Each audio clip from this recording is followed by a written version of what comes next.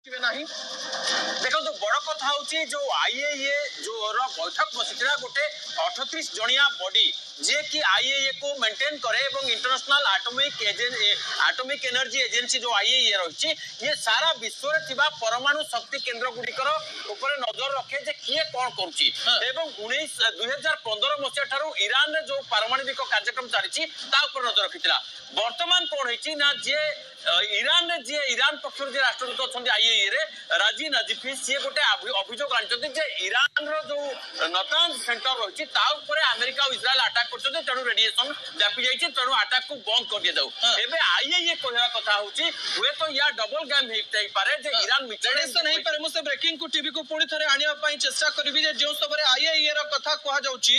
विक्रम जो खबर आपण दउथिले गोटिए परे गोटिए जे ईरान रो परमाणु अड्डा ऊपर आक्रमण रो संभावना रहउतबा बेले अमेरिका इस्राएल मिलित आक्रमण ने अलर्ट करा जाइछि विक्रम सही कथा कहबी रेडिएशन हेले ईरान रे कोन हो देखो तो जदी रेडिएशन हुए जो नतान सेंटर अछि ए नतान सेंटर होछि ईरान रो मुख्य सेंटर मुख्य परमाणु केंद्र फर्दो भी अछि आपनकर तेहरान रे भी सेंटर रहिछि जोटि के टेस्टिंग करा जाय किंतु नतान सेंटर रे कोन हुए ना एटी यूरेनियम एनरिचमेंट हुए फ्यूजन पद्धति रे यूरेनियम को परमाणु बोमा रे परिणत करिया पई जो फ्यूजन पद्धति रहिछि सेही पद्धति प्रयोग करे ताकू गैस रे परिणत करिकि जदी एटा लीक हो जाए जदि रेडिएशन हो जाए जदि बोम्बारमेंट बा मिसाइल द्वारा अटैक हुए ताले यार रेडिएशन ये जेहेतु एटा सेंटर है ईरान रो मझी जगह अवस्थित अस्फान प्रदेश रे पूरा पूरा देश में हुए तो व्यापी जाई पारे एवं लक्ष लक्ष लोक प्राण हरेबे एवं जेहेतु एटा गोटे गैसिफाइड एनरिचमेंट सेंटर गैस रे माने वायुमंडल रे व्यापी जीव रेडिएशन जहा फल रे अत्यधिक क्षयक्षति हबो एवं सेते बेले केवल ईरान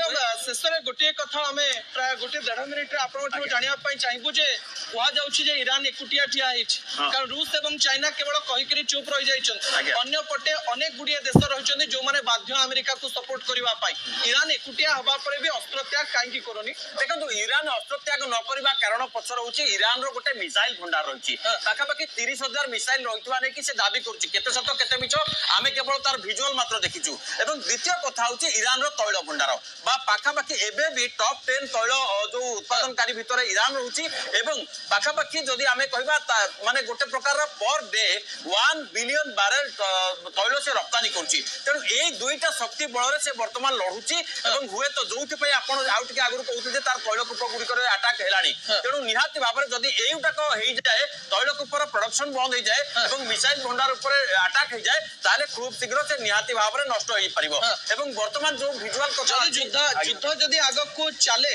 आ ईरान जदि एकुटिया हो जाए कोनोसी रूस चाइना आसिक ताको हेल्प न करे ताले ईरान संपूर्ण रूप से ध्वंस पाइबार एक संभावना रही विक्रम देखो आसिक सपोर्ट कले भी ईरान वर्तमान ध्वंस पाइब आपन देखो एइथि पई कारण ईरान जो जगह रही चारि पाखरे सब जाक अमेरिकन बेसेस रही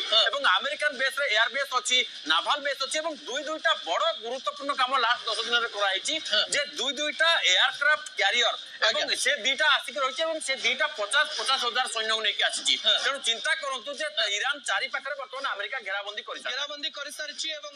युद्ध संपर्कित अनेक गुड़िए खबर